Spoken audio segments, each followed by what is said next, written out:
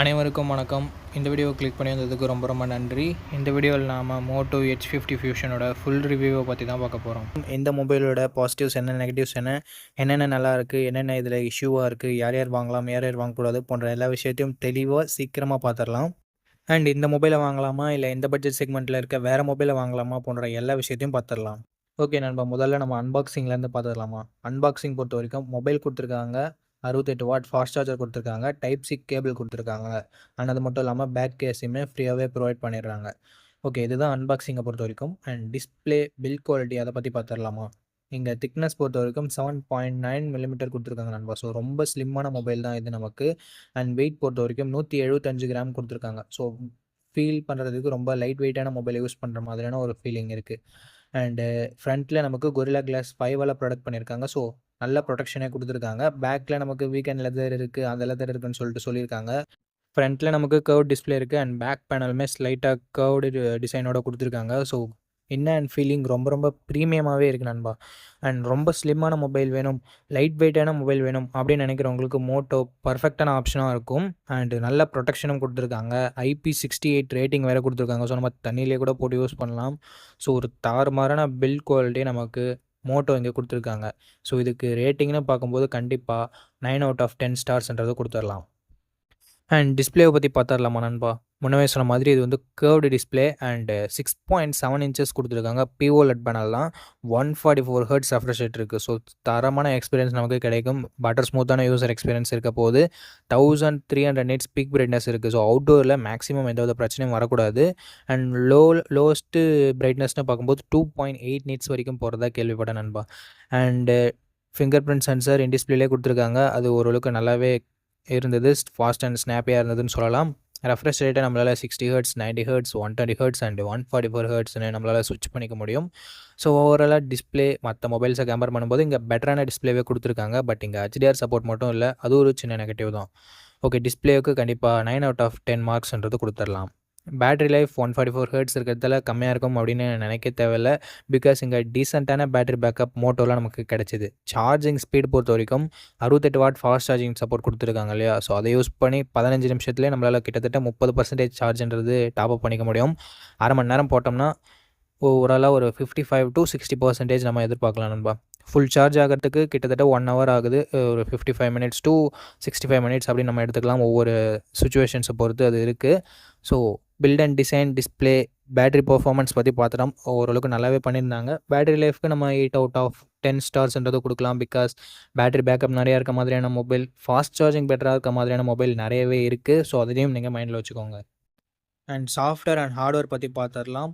Software இங்கே hello யூஐயோட கொடுத்துருக்காங்க. மோட்டோவோட யூஐனாவே நமக்கு தெரியும், கிட்டத்தட்ட ஸ்டாக் ஆண்ட்ராய்ட் மாதிரியான எக்ஸ்பீரியன்ஸ் தான் இருக்கும். அண்ட் அது கூடவே மோட்டோவோட கெஸ்டர்ஸ் நமக்கு எக்கச்சக்கமாக கொடுத்துருக்காங்க. அதை பற்றி நம்ம தனி வீடியோவே பேசலாம். பிகாஸ் அந்தளவுக்கு நிறையா கொடுத்துருக்காங்க. இந்த வீடியோ பெருசாக போயிடும் அப்படின்றதால நம்ம அதை இன்க்ளூட் பண்ணலை. மோட்டோவோட கெஸ்டர்ஸ் நீங்கள் யூடியூப்லேயே கூட சர்ச் பண்ணி பார்க்கலாம் என்னென்ன இருக்குது அப்படின்னு சொல்லிட்டு. அண்ட் ஆண்ட்ராய்ட் 14 லான்ச் பண்ணியிருக்காங்க நண்பா. 3 year ஆண்ட்ராய்டு அப்டேட்டும் 4 year செக்யூரிட்டி பேட்ச் அப்டேட்டும் கொடுப்பேன் அப்படின்னு சொல்லிட்டு மோட்டோ சொல்லியிருக்காங்க. பட் அவங்க சீக்கிரமாக கொடுத்தா நல்லாயிருக்கும். நிறைய பேர் சொல்கிறது என்னென்னா மோட்டோ லேட்டாக தான் அப்டேட்டை ப்ரொவைட் பண்ணுவாங்க அப்படின்னு சொல்லிட்டு. பட் இந்த முறை சீக்கிரமாக கொடுப்பாங்க அப்படின்றத நம்ம எதிர்பார்க்கலாம். அண்ட் அதுக்கப்புறமா பார்க்கும்போது பர்ஃபார்மன்ஸ்னு வரும்போது ஸ்னாப்ட்ராகன் 7S Gen 2 கொடுத்துருக்காங்க. அந்தளவுக்கு பர்ஃபார்மன்ஸ் நம்ம எதிர்பார்க்க முடியாது. 4 Cortex K78 core 2.4 GHz clock ஸ்பீடில் கிளாக் பண்ணியிருக்காங்க. அண்ட் இன்னொரு 4 Cortex A55 course 1.9 GHz clock பண்ணியிருக்காங்க நண்பா.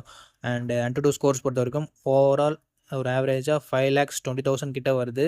நாட் அட் தி பெஸ்ட் அப்படின்னு தான் நம்ம சொல்லி ஆகணும். பிகாஸ் இந்த பட்ஜெட் செக்மெண்ட்லேயே கேமிங் மொபைல்ஸ் நிறையவே இருக்குது.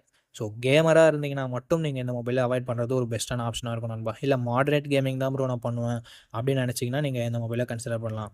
ஹீட்டிங் இருக்கா அப்படின்னு கேட்குறவங்களுக்கு அந்தளவுக்கு ஹீட்டிங் இஷ்யூஸ் இல்லை. எல்லா மொபைல்லையும் இருக்க மாதிரி வார்ம்னஸ் மட்டும்தான் இதில் இருக்குது. ஸோ ஹீட்டிங் இஷ்யூஸ் இருக்குது அப்படின்னு சொல்லிட்டு யாரும் கவலைப்பட தேவையில்லை.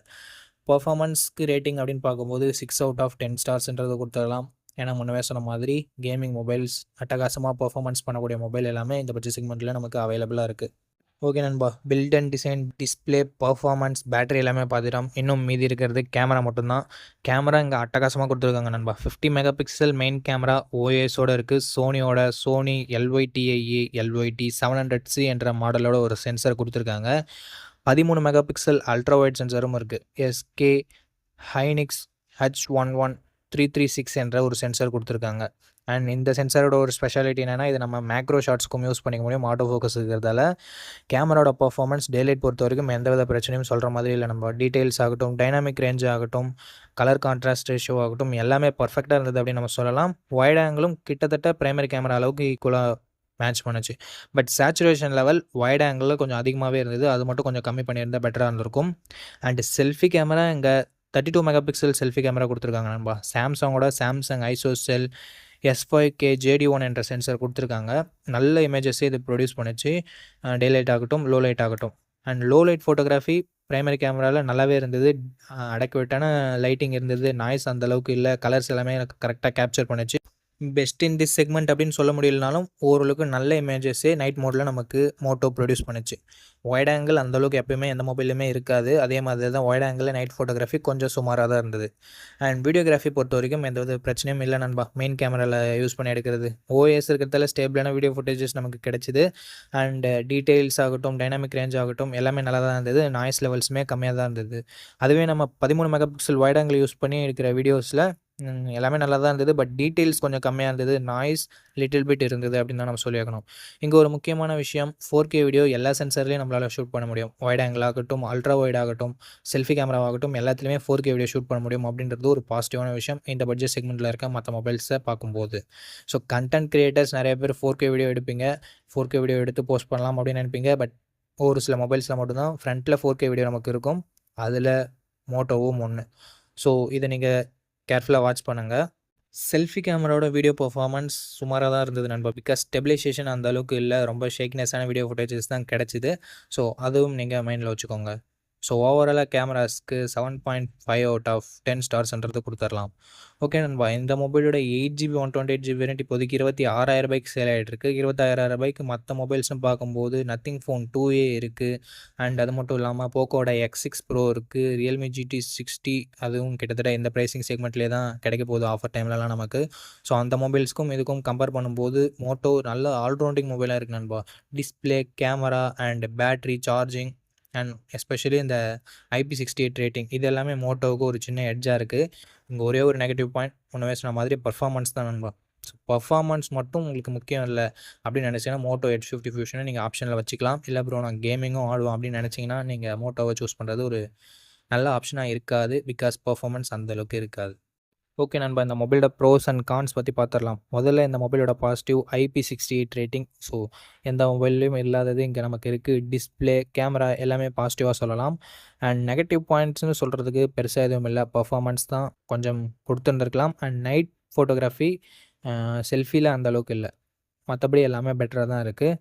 ஓகே, என்னோடய ஃபைனல் வேர்டிக்ட் என்னென்னா, நீங்கள் பர்ஃபார்மன்ஸ்க்காக ஒரு மொபைல் தேடுறீங்கன்னா மட்டும் மோட்டோ H50 ஃபியூஷனை கன்சிடர் பண்ண தேவையில்ல. ஒரு ஆல்ரவுண்டிங் மொபைல் தேடுறீங்கன்னா நீங்கள் ஆல்ரெடி பார்த்துருப்பீங்க, கேமரா பர்ஃபார்மன்ஸ்க்குலாம் ரேட்டிங் கொடுத்துருப்பேன். ஸோ அதை பொறுத்து நீங்கள் மோட்டோ H50 ஃபியூஷனை நீங்கள் தாராளமாக கன்சிடர் பண்ணலாம். ஓகே நண்பா, அவ்வளோதான். இந்த வீடியோ பார்த்ததுக்கு ரொம்ப ரொம்ப நன்றி. இந்த மோட்டோ H50 ஃபியூஷனோட ரிவ்யூ உங்களுக்கு கண்டிப்பாக யூஸ்ஃபுல்லாக இருந்திருக்கும் அப்படின்னு நினைக்கிறேன். ஏன்னா தான் ஹேண்ட்ஸ் ஆன் ரிவ்யூ இல்லைனாலும் மற்ற மொபைல்ஸ் மற்ற சேனல்ஸ்லேருந்து நான் எடுத்து தான் உங்களுக்காக போடுறேன். பிகாஸ் நிறைய மொபைலோட ரிவ்யூவை பார்த்ததால எந்தெந்த மொபைலில் எந்தெந்த பாசிட்டிவ் இருக்குது, எந்தெந்த நெகட்டிவ் இருக்குது போன்ற எல்லா விஷயத்தையும் டீட்டெயிலாக சொல்லியிருப்பான்னு நினைக்கிறேன்.